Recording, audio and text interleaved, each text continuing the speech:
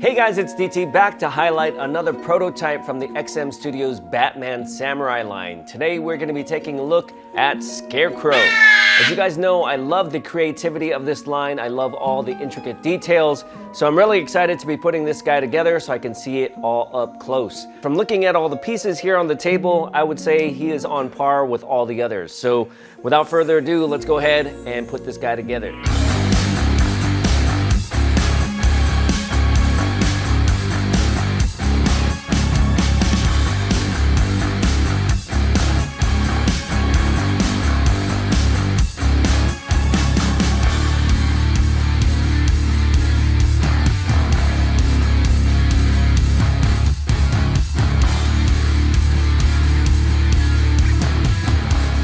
And here he is, Samurai Scarecrow.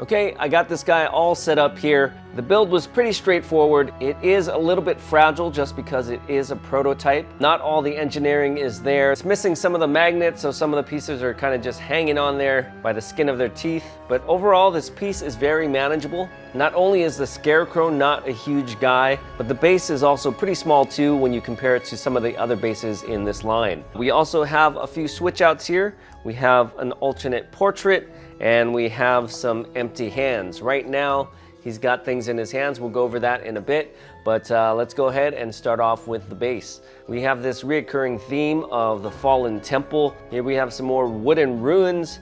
I'll have to go back and check the other pieces, but the wood on this one looks especially nice. The details here on the bark look incredible. We've got the splintered off pieces here at the top. A little metal cap on this one with the rivets. We have the little symbol here on the end. All of that is on top of a rocky base, and the rock here is impressive as well. We have some nice crevices. Looks like tree roots might be growing down there, and we can't forget about the red brick up here in the front that is very nicely textured as well. And if that wasn't enough, we also have a centipede.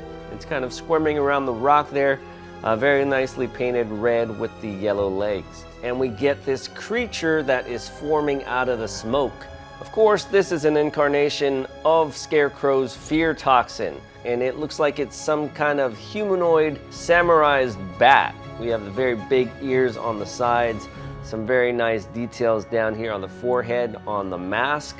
And to go along with the big ears, he's got two big hoop earrings. There are some nice fangs down there on the mouth area. Then we have some additional tusks that kind of stick out the other direction. Very ominous figure. It's got some well-detailed shoulder pads. We can see the little buttons, all the different layers of cloth, and then we have some metallic ornamental designs on the edges. That is over another layer of clothes. This one is a very decorated kimono, and we can see all the little designs in the fabric. Then over here we have sort of the gauntlets with the fins, just like Batman, and then we come down to some very menacing looking claws. The left one kind of gripping onto the wood, while the right one is kind of off on its own. We can't actually see his arm, but we do see a smoke trail, like this monster is materializing in front of our eyes. And then all around him we have this yellow and green fear gas. It's kind of emanating from the creature's neck and body, and it looks like it's kind of coming out of the grave. And then moving up, we've got Scarecrow's skinny legs. He's got some traditional Japanese sandals on. You can see the green rope straps. On his left foot, he's got some pretty dirty looking bandages, pretty gnarly toes, very long and bony like we'd expect to see on Scarecrow. There isn't a lot of skin showing on this guy, but the skin that we do see is very finely textured. We can see all the little wrinkles in his heel, in his ankles. We can see the veins and tendons in his feet, and of course the protruding bones, which adds to the grotesque nature of this character. He's got some very traditional Japanese styled shin guards here. I love all the detail here with the woven knee protection. Moving up, he's kind of got these rags for clothes. He's got holes and tears in his pants. We can see the stitching in some places. Obviously, this guy does not have a lot of muscle tone on him. That's one of the main distinguishing features of Scarecrow. The story they set up here with this piece is that he was a farmer who did a lot of research and experimentation with this fear toxin. Over his pants, he's kind of got more of this torn up kimono. I love all the little folds and tears in there. It's kind of got an orangey brown tone. Kind of lends itself to the whole Scarecrow vibe. When I think of Scarecrow, I think of like Halloween, harvest time, and those usually are associated with these browns and oranges. He's also got a bunch of items attached to his rope belt. We have a few little potions in traditional containers, pieces of cloth. It's like he has some sort of a wolf mask or something there. He's also got these little pumpkin bombs. One of the pumpkins has like a screaming expression. The other one kind of has puckered lips. Everything is tied nicely together with the little sash in front. Moving up to his upper half, we can see the continuation of the kimono. We also have all these little strings and ropes running around him, much like you'd expect to see on a real Scarecrow. We've got more layers going on down his arm, and very similar to the legs, we have the protective gauntlets on his wrists. In one hand, he is holding on to the sickle, which it says is his weapon of choice. And in his left hand, he is holding a skull that has some of that fear gas coming out of its eyes. His hands just as bony as his feet. He's got some overgrown fingernails as well. Up here on his shoulder, he has a Mino-inspired garment. It's basically like a rain poncho, sort of like a woven shawl, and it's tattered and burned on the edges. Doesn't look very clean, but it definitely adds to that whole raggedy straw coming out of his neck Scarecrow look. So on his back, he's kind of got this washboard type device.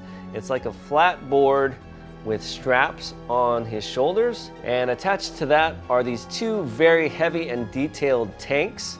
One is very large, the other one is a little bit smaller, but they've got these tubes going in and out of them, and then it comes down into what they call the fear sprayer. And right now we can kind of see the residual gas just kind of leaking out of that nozzle. And then finally we come to the portrait. This is my favorite portrait out of the two portraits. I'll show you the other one in a bit. The portrait extends down onto his chest with this extra burlap sack that's been wrapped around his face. I think it blends in rather nicely. There really are no seams.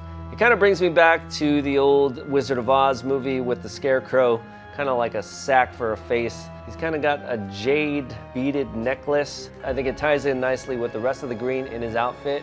And this face right here looks pretty darn frightening. This is something straight out of a horror movie. This is like Wizard of Oz gone wrong right here. He's wearing this giant hat. Kind of reminds me of those big Scarecrow hats that you see around Halloween time. But I guess this is a traditional style Japanese hat. Very cool details, both in the Tallinn woven structure with the gold trim on the front to these more samurai looking green panels on the bottom. We have another option over here with both the hands and the portrait, so let's go ahead and switch it out. And this is a very cool looking portrait as well. It is definitely a lot more monstrous, a lot more imagination involved in this one. He's got several rows of teeth. He's not wearing a mask in this one. It's more like his whole face is made out of straw, sort of like a Scarecrow come to life. Just blackened out eyes, no pupils, no eyeballs. And then for hair, he's got more of this kind of straw-like texture. And then on his head, he wears sort of this flat rice hat. So I think this is a very cool look as well. The only thing is, if you were to light this from above, sort of like this lighting right here, you can see the hat cast a shadow on his face. So right now, some of the light is bouncing off of this white surface and illuminating his face from beneath. But if you were to place this in a black cabinet or something very dark, you might have a hard time seeing his face. With this statue, I could definitely see uplighting being a good choice, just because it does create sort of that horror movie feel to it. For me, I think I like the other one a little bit better, but definitely a cool option to have. And then let's go ahead and switch out the hands so we can remove the skull. We can give him this hand right here, very skinny, bony fingers. And then we can go ahead and take off the sickle. Just give him an empty hand. So this is pretty much him without the extra weapons. I think it does create more of an organic feel. It adds a whole new level of creepiness, but that is another option for you guys if you like it. Let's go ahead and switch it back to the other head, just so we can see that head with these hands. Pretty creepy, but that is a requirement if you want a Scarecrow statue.